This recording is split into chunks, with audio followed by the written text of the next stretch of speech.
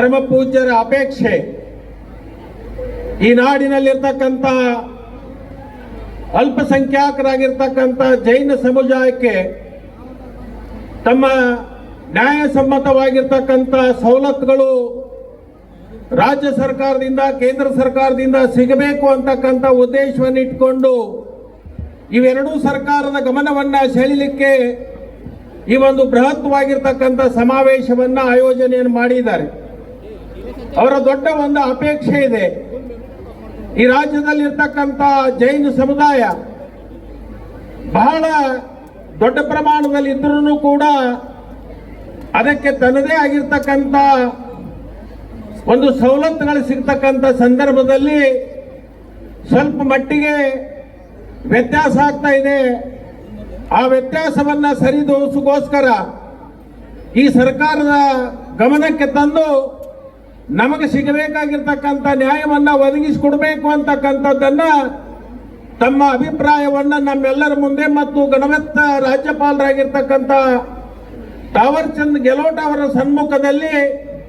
ಅವರ ಅಪೇಕ್ಷೆಯನ್ನು ವ್ಯಕ್ತಪಡಿಸಿದ್ದಾರೆ. पूज्यरे ताऊ बेलगाव हमारे भट्टारक जी हमारे मुनि जी किसी के सामने हाथ कभी फैलाते नहीं, लेकिन पहली बार हमारे दक्षिण से लेकर उत्तर तक के 15 भट्टारक जी और 3 मुनि आपके सामने झोली फैलाकर बैठे हैं कि सरकार आंधी हो गई है, सरकार हमारी तरफ देखने के लिए तैयार नहीं, हमें उम्मीद का दिया आपकी तरफ देख रहे हैं, वो दिया आपके माध्यम से हमें मिले और हम कुछ अलग नहीं मांग रहे, सभी लोगों को जो दिया जाता है उसी में से हमको भी कुछ मिले, ये भावना रखना, अधिकार के लिए लड़ना, ये महाभारत में भगवान श्री कृष्ण ने हमको बताया, वही काम हमारे कुंदन नंदी महाराज जी कर रहे हैं कि हमारे हक के लिए लड़ना है. ಏನು ತಪ್ಪಿಲ್ಲ ಮಹಾರಾಜರಿಗೆ ಇದು ಈ ಶಕ್ತಿ ಪ್ರದರ್ಶನ ಅಂದ್ರೆ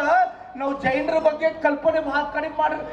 ತಪ್ಪು ತಿಳ್ಕೊಂಡಿದ್ದಾರೆ. ಸೌದಿ ಸಾಹೇಬ್ರು ಮಾತಾಡ್ರಿ, ಗಣೇಶ್ ಗಿರಿಜ್ ಅವ್ರು ಕೂತಾರ, ಕಾಂಗ್ರೆಸ್ ಅವ್ರು ಎಲ್ಲರೂ ಕೂತಾರ, ಅಭಯ್ ಪಾಟೀಲ್ ಮಾತಾಡೋದಕ್ಕೆ ಮರ್ತರು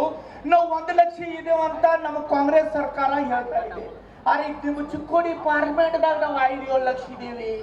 1 ಲಕ್ಷ ಅಂತ ಹೇಳ್ತಾ ಇದ್ರಿ. ನಿಮ್ಮ ಕ್ಯಾಲ್ಕ್ಯುಲೇಟರ್ಗೆ ಏನು ಬೆಂಕಿ ಹಚ್ಚೋದು ಏನು ಮಾಡೋದು ಅಂತ ಪ್ರಶ್ನೆ